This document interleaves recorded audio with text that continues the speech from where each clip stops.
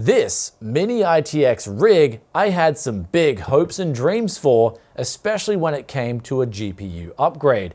I was hoping to fit the smaller RTX 3080 Ti cooler on the RTX 4080, but as soon as I started taking the bracket off the 4080, I realized it was going to be impossible, where not only is the PCB a lot wider than the 3080 Ti, but it's also got a different connection point for that next gen PCIe connector, which on the 3080 Ti is mounted vertically and then at a 45-degree angle. And it's basically, in a nutshell, not going to work unless I get the Dremel out and I don't have time to completely hack up a 3080 Ti cooler, where the end result may be where it doesn't still not even fit flush. So unfortunately with the RTX 4080 this time around, it's just not going to work in really compact Mini ITX builds like the one I'm using here as my main computer. Now, I've been using this as my main PC for over 6 months, and I've pretty much seen no compromises when it comes to using a Mini ITX rig that's undervolted versus a main desktop PC that'll not only take up a lot more space, but I can't really travel with a big desktop PC. I mean, I haven't tried, but I don't think you'd do so well doing that, as opposed to this Mini ITX rig here, which I've been able to travel with absolute ease. However, just because the latest RTX 4000 series graphics card hasn't managed to fit in this PC, that doesn't mean we are going to be giving it some real high quality upgrades and then documenting the before and after with not only the performance, but also the undervolting on the CPU and the GPU. Let's get straight into it right after this sponsor spot. Have you ever just wanted to get a paint can and throw it on the motherboard and still be able to turn the motherboard on? Well, if so, then today's video sponsor has the perfect solution for you. With the AMD B650 Live Mixer motherboard from ASRock, you can have it all with a 17-phase VRM, 23 USB ports in total connectivity, and an additional dual PCIe X4 slots with Thunderbolt header add-in support. This is not only going to leave your eyes aesthetically pleased, it's also going to make your Ryzen 7000 series paint the best picture it possibly can. Links in description below. So this Mini ITX rig, I have laid out here 4 upgrades for this build. The first of which is the i9-13900K. Although quite similar to the 12900K, especially in gaming performance, it does carry an extra 8 E-cores, and I also believe it's more refined silicon, so we'll be able to get at least more performance per watt out of this 13900K than the 12900K. Then next up, we've got the memory, and here is where, before I left for Japan, the only memory I could get in a 64GB kit was 2 crucial 32GB sticks, and this stuff was 4800 megahertz. However, G.Skill have here a 6000 megahertz kit of memory with CL32 timings, and so that's 32GB on each stick, which will give us a big boost in speeds, especially over this 4800 megahertz stuff. However, since my cooler height is quite critical in this Mini ITX rig, I will have to do something a little bit janky in order to get this memory to work properly. Though more on that later. We've got the next upgrade here, which is a 4TB NVMe M.2 SSD from Silicon Power. This is their latest XS70 series, which is a Gen 4x4 offering blazingly fast speeds up to around 7,000 megabytes per second, both on the read and write speeds. Especially when video editing, those faster drive speeds can come in handy. Though the last component that we have here is an RTX 3090. This is actually a 2 8-pin model, which people are telling me was rare, but I picked it up on a used deals hunt, and I got it for a pretty good price. And just like the 3080 Ti, we're going to be undervolting this thing heavily. And that's it for the parts that we're going to use. Let's get into the upgrade and see if we come into any big problems.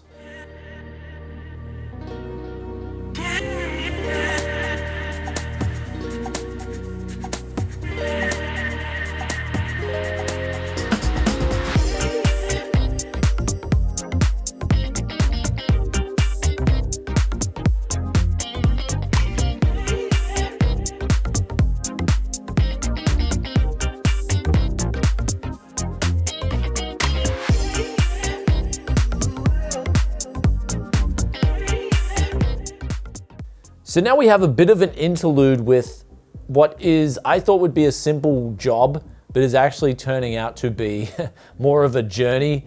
And you can see behind us here, we having to clone our hard drive or an SSD from 2 terabytes to 4 terabytes. Now, if you're going over 2 terabytes, I usually use drive image XML, but that has a problem where if the drive is larger than 2 terabytes and it's one partition, it's got to be GPT, then it won't clone, it'll just fail and it won't work.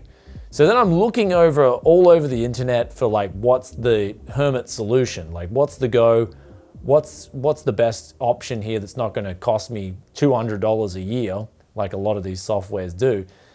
And then I found this HD Clone X3, and it had a basic edition, which costs around 15 bucks. So we're using that now. We're going to see if it works properly, but so far so good. It seems like it's a really good software. It actually has a free edition, which will do everything Drive Image XML will do. So I thought, okay, they're offering the free edition. It allows you to create a bootable from the program itself. It seemed like it was very well polished. So I got fingers crossed that it'll do a good job on cloning my OS drive and keeping the extra 2 terabytes on the same partition. That's C drive with 4 terabytes. But then we get to the PC where we had to update the BIOS, and that's the i9-13900K. The latest BIOS supports 13th gen. Then we go inside the build, and we got the memory. That's now sitting higher since it uses a heatsink. So I'm going to have to change around the fan orientation now, so the fan's on top. And this is going to be a little bit weird because now the CPU cooler is going to bulge out of the side a little bit. And the ironic thing is here is that the GPU, the RTX 3090, is also a 2.5 slot cooler. And so that's going to bulge out on the other side. But since I'm only really traveling from one place to another with this PC, the side panels on it are acrylic and they're flexible. So essentially what we've got now is a WideBody MINI ITX, or a MINI ITX rig that's put on a few pounds. But now we're at a bit of a choke point waiting for this drive to finish cloning. And after it finishes cloning, I hope everything goes smoothly 100%, because if it doesn't, I am really going to be strapped for time. I don't know what I'm going to do. Probably just have to use the original OS drive if that happens.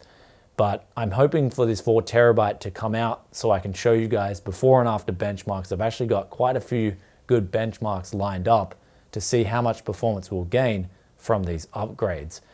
Anyhow, fingers crossed. And you may be wondering, like, Brian, it's pitch black already, and it's actually, believe it or not, only 5:30 here in Japan. So things are getting really dark really quickly. And I hope that atmosphere doesn't carry on to this poor, shining, bright build.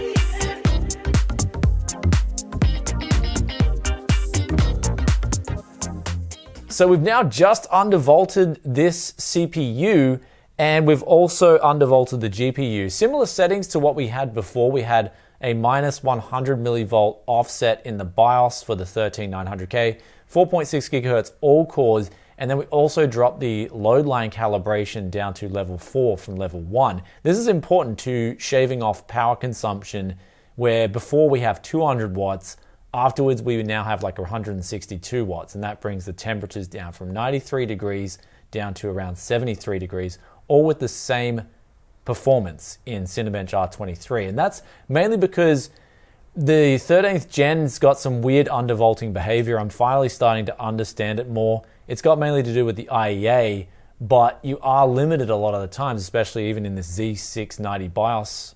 You're limited to a 100 millivolt offset. So you kind of got to play around with all the settings to feed the CPU as little voltage as possible and still get the most performance out of it. So I will have the undervolting tutorial for 13th gen coming very soon. I've got the sweet spot now on this CPU locked in after spending a bit of time with it. And then for the GPU, you've got two options in my opinion for undervolting. We've gone with the minimum power draw option here down to around 1560 megahertz, and that's at 700 millivolts. And this brings the power consumption, the max power consumption on the RTX 3090 to around 210 watts, and that's when running a stress test. So it's about, I think, around 10 watts higher than the 3080 Ti was at these similar settings. And this has also enabled us, when we run Novabench, to get around a 20% increase in overall system performance. I do believe the RAM, even though it's showing only 3 points more, the test that they're doing on the RAM should show actually quite a bit more here. So I think that RAM score's a little bit detrimental to this new upgrade, where the G.Skill stuff is running at 6,000 megahertz and it's running just really hard over that 4,800 megahertz. So that should make a big difference in some applications that can utilize RAM. The disk, that's about 50% higher speeds, especially the write speeds, which is what you need most of the time. That's over 6 gigabytes per second. In this particular test, it was showing the read speeds at 3 gigabytes, but I did test independently and the write speeds are a lot higher. So this Silicon Power XS70 is the real deal, and it's going to be a great drive for video editors or someone that needs a productivity workhorse. And then we got the CPU score. That's really lifted from 2,700 points to 3,000, almost 400 points. And that's a big increase. And this also showed in Cinebench, where we went from around 25K all the way up to 33.5K. So big boost on the CPU, mainly thanks to all those extra E-cores, but as well thanks to a bit of extra tuning on our side as well, with the CPU undervolting and getting the right speeds. And then we've got the GPU score going up from 1560 to 831. These are both the undervolted scores, because that's what I'm using in the Mini ITX rig at this point in time.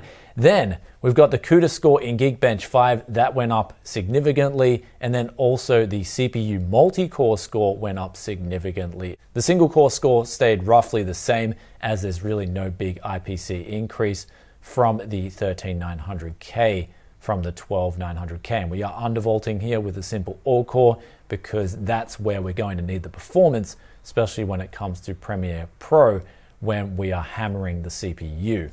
So there it is with the Mini ITX rig. It is complete. However, I was dreading to have any problems during this process, and I didn't have any problems with the PC. Everything was straightforward and smooth. However, I did have a big problem with my camera. As I was going to film this final outro bit here, the screen started just blacking out, and I was worried. I thought, okay, maybe something's just overheated or bugged out. Turned the camera off and back on again, and sure enough, this screen had some major problems. And then I investigated it further, and it was a little wire on this shaft cable from the LCD screen, from the camera body to the screen itself, has broken. So this is like one thing I really didn't need. This is like this new camera. I got this 6 months ago. It's a Sony a7S III. It's quite an expensive camera, and the screen is already busted. And I've taken it apart now, because I wanted to see, okay, maybe it was just a wire that came undone. But as I was undoing it, I found that a wire has actually been severed from the articulating screen. So devastated to find that out, and I'm just going to order in a new shaft cable. Man, it just sometimes, it's just Murphy's Law. So Murphy's Law, fellas. Yeah, I don't know. It's really just, I did not need a problem before I traveled, so I got to figure out what to do now with getting, I got this backup camera, thankfully, to keep the content rolling and finish off this video and get back to Oz, but I need to do something really quick. And I think repairing this camera, I'm gonna have to leave the bits and pieces here in Japan and then find a new cable for it. It's devastating, because this camera, I absolutely loved it, and I can't believe it just went out like this all of a sudden. Not even like a warning, it was just bang, turned it on and it's gone. So anyhow, guys, there is the Mini ITX rig. It is upgraded. I'm absolutely loving it. It's a little bit fatter on both sides, but I should still be able to travel with this thing. And also in terms of some of the parts that were sent out for this Mini ITX rig, big thanks to G.Skill as well as Silicon Power for sending out 2 of these parts. They did send me an email saying they had some new stuff, and I said I'd definitely check it out and see if it's any good. And I can tell you, the G.Skill memory is exceptionally good. I was doing all my benchmarks on both AMD and Intel with the new graphics cards, and the CPU benchmarks with the G.Skill memory. Phenomenal stuff. And then the Silicon Power, the SSD, that's looking like it is extremely fast and the temperatures are actually pretty good. Anyhow, I'll put some links in the description below for some of the stuff that I use with this Mini ITX rig if you're interested in checking it out more. And with that aside, I should be seeing you guys in a couple of days back in Australia. Hopefully I'll have a bit of a bigger smile on my face. I'm still okay. I mean, this is what happens in life. I mean, from day to day, there's always just going to be crap that happens. And yeah, my camera just completely going out on me all of a sudden it's one of those situations. I hope you enjoyed today's video. If you did, then be sure to hit that like button for us. Also, if you have any questions or comments about the Mini ITX rig here, then do drop a comment in the comment section below. And also, if you've got any suggestions for maybe a slightly bigger Mini ITX rig, I'd love hearing your thoughts and opinions on that too. But I can't make it too much bigger because I do travel with this thing, and this thing is actually, when I went through the customs last time, they just didn't even think twice about it. Looked kind of like a little briefcase, suitcase PC, so it traveled really smoothly, and I'm looking forward to doing a second round with this PC. Just smooth daddy operator walking through the customs and no one sort of blinking twice. Anyhow, guys, if you stayed this far and you're enjoying that tech yes content, be sure to hit that sub button and also ring that bell to get the content as soon as it drops. And I'll catch you in the next one. Peace out for now. Bye.